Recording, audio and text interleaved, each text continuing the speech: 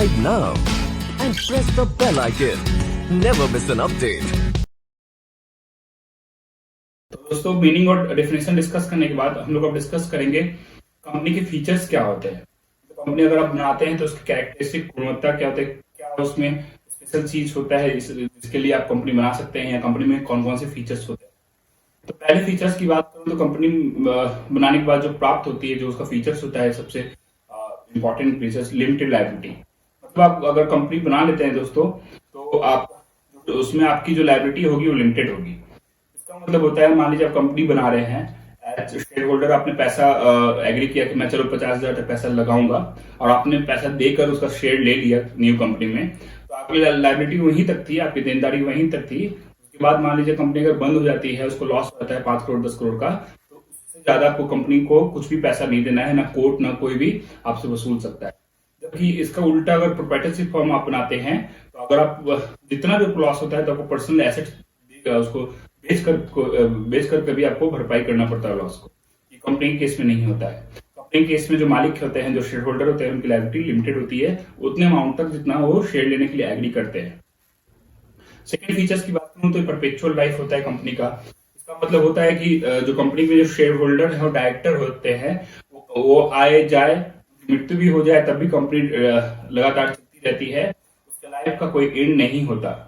मतलब share holder बदलते रह सकते हैं, ट्रांसफर हो सकता है एक आदमी से दूसरे आदमी तक, डायरेक्टर इवन रिटायर हो सकते हैं, वो मर सकते हैं, या उसको निकाला जा सकता है, या वो रिजाइन कर सकते हैं। डायरेक्टर आते जाते रहेंगे, कंपनी हमेशा चलती रहती है, इसकी परपेचुअल लाइफ होती है। वही अगर हम लोग प्रोप्राइटरशिप फॉर्म में देखें तो प्रोप्राइटर जैसे ही मर जाता है तो प्रोप्राइटरशिप फॉर्म ही बंद हो जाता है। तो ये एक बेनिफिट भी हुआ कंपनी का, और इस फीचर्स भी आप बोल सकते हैं। फिर थर्ड जो फीचर्स की हम लोग बात करने वाले हैं, सेपरेट लीगल एंटिटी। इसका मतलब होता है दोस्तों, कंपनी जो है कानून की नजर में एक सेपरेट एंटिटी होती है, अपने डायरेक्टर और होल्डर से अलग एक अलग एंटिटी होती है।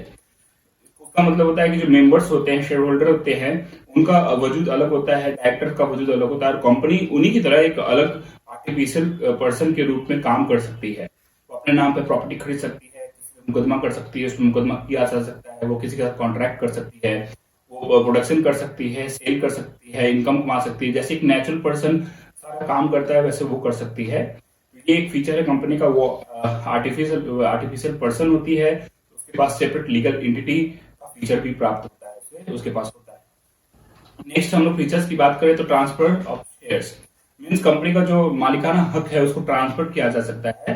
अगर प्रोप्राइटरशिप फर्म की बात करें तो उसमें जो मालिक का जो मालिकाना हक है वो ट्रांसफर नहीं किया जा सकता, वो मालिक के पास ही रहता है। मालिक जब मर जाता है तो प्रोप्राइटरशिप फर्म बंद हो जाता है।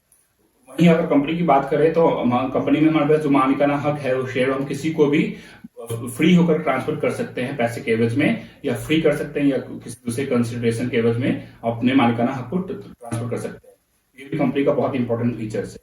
नेक्स्ट फीचर्स की बात करें, कंपनी में जो मैनेजमेंट होता है वो डिफरेंट फ्रॉम ओनर्स होता है।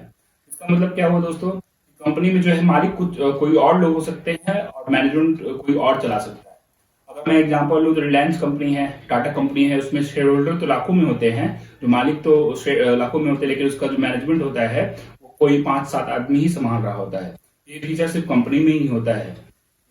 बाकी प्रोप्राइटरशिप पार्टनरशिप में देखें तो मालिक ही मैनेजमेंट के रूप में काम करता है, जबकि कंपनी में ऐसा नहीं होता।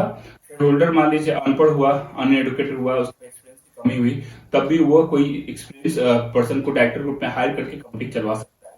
तो कंपनी के केस में ये फीचर होता है कि मैनेजमेंट ऑनर से डिफरेंट हो सकता है। लास्ट में बात करूं तो ये कंपनी ट्रस्टवर्दी होती है, ट्रांसपेरेंसी होती है। इसका मतलब होता है कि कंपनी का जो भी डॉक्यूमेंट है वो एज पर लॉ उसको पब्लिक डोमेन में रखना होता है। एमसीए की साइट पे आप किसी भी कंपनी का audit report, balance sheet, company का कोई भी डायरेक्टर अगर ज्वाइन करता है, रिजाइन करता है, इसको सब चेक कर सकते हैं, इसको कितनी प्रॉफिट हुई, डायरेक्टर रिपोर्ट चेक कर सकते हैं। तो ये सब चीज पब्लिक डोमेन में होता है। तो कोई भी आदमी before dealing with any company, किसी कंपनी के साथ ट्रांजेक्शन करने से पहले उसका सारा डॉक्यूमेंट चेक कर सकता है, और डॉक्यूमेंट चेक करने का इसी फीचर्स के कारण लोग उस पर ज्यादा ट्रस्ट कर पाते हैं, और उसमें सब कुछ ट्रांसपेरेंट होता है, कुछ भी हिडन नहीं होता। वही हम लोग प्रोप्राइटरशिप पार्टनरशिप के साथ इसको जोड़ के देखें, उसमें कुछ भी आपको पता नहीं चलेगा। मान लीजिए आप कोई पार्टनरशिप फॉर्म है जो आंध्र प्रदेश में रजिस्टर्ड या प्रोप्राइटरशिप फॉर्म है तो उसका कुछ भी ऑनलाइन अपना चेक कर सकते हैं, उसका कितना प्रॉफिट है, क्या एसेट्स है, क्या लायबिलिटी है, कुछ भी पता नहीं चलेगा आपको। कंपनी के केस में अगर वो कंपनी कर्नाटका की भी बनी हुई है तो आप उसको मुंबई में बैठ करके चेक कर सकते हैं कंपनी का क्या एसेट्स है, क्या लायबिलिटी है, क्या प्रॉफिट है, क्या उसको नुकसान हो रहा है। तो कंपनी का ये फीचर्स होता है।